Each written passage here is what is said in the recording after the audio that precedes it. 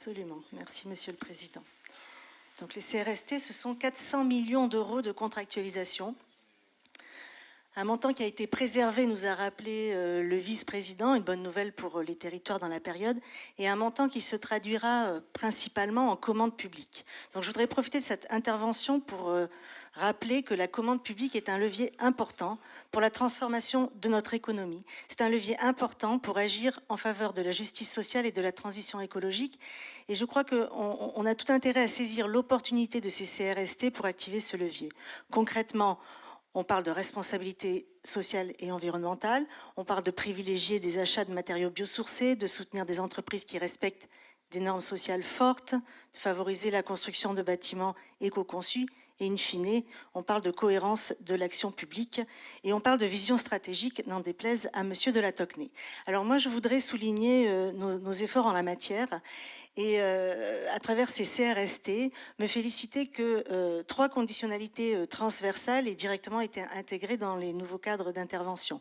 Une conditionnalité énergétique avec tous les projets immobiliers en réhabilitation qui devront présenter après travaux une performance énergétique minimale. Julie Ferron en a parlé. Une conditionnalité sociale, et une conditionnalité liée à la tarification des jeunes qui devra être appliquée à tous les bâtiments qui auront été financés. Alors nous devons aller plus loin et nous irons plus loin pour accompagner les territoires, pour accompagner les collectivités locales, pour les aider justement à devenir vertueuses en matière de responsabilité sociale et environnementale, car on sait que notamment pour les communes, les petites communes, les communes de taille moyenne, c'est pas toujours évident d'aller dans ce sens. Mais néanmoins, il faut bien que tout le monde comprenne que la commande publique est un levier pour la transformation de notre économie, comme je le disais en introduction, un levier aussi pour soutenir notre économie locale, mais pour que ce levier agisse, il faut qu'il soit activé en chaîne et que tous les maillons de cette chaîne, y compris fournisseurs, sous-traitants, jouent le jeu.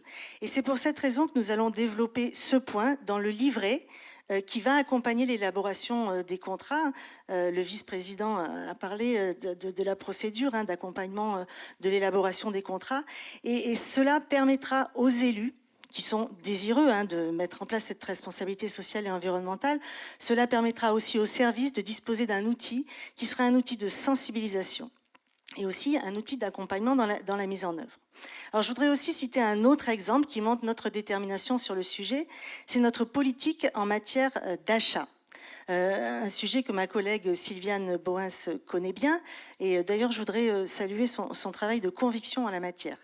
Je parle d'Aprolis, qui, je le rappelle, est la première centrale d'achat public territoriale en France. Elle compte aujourd'hui 800 adhérents. Nous fédérons les collectivités au sein d'Aprolis pour avoir une politique d'achat responsable exemplaire. Et d'ailleurs, Aprolis a été récompensé à ce titre par un label qui est adossé à la norme ISO 20400 et qui en fait qu'on est exemplaire en matière de relations fournisseurs et achats responsables, équitables et durables.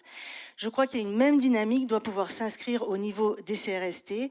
Et en conclusion, je dirais qu'on doit avoir en tête ces mots-clés qui sont ceux de achat responsable, accompagnement des collectivités, co-construction, sensibilisation, relocalisation et bien sûr effet levier. Merci. Merci. Merci Madame Kelly-Robert.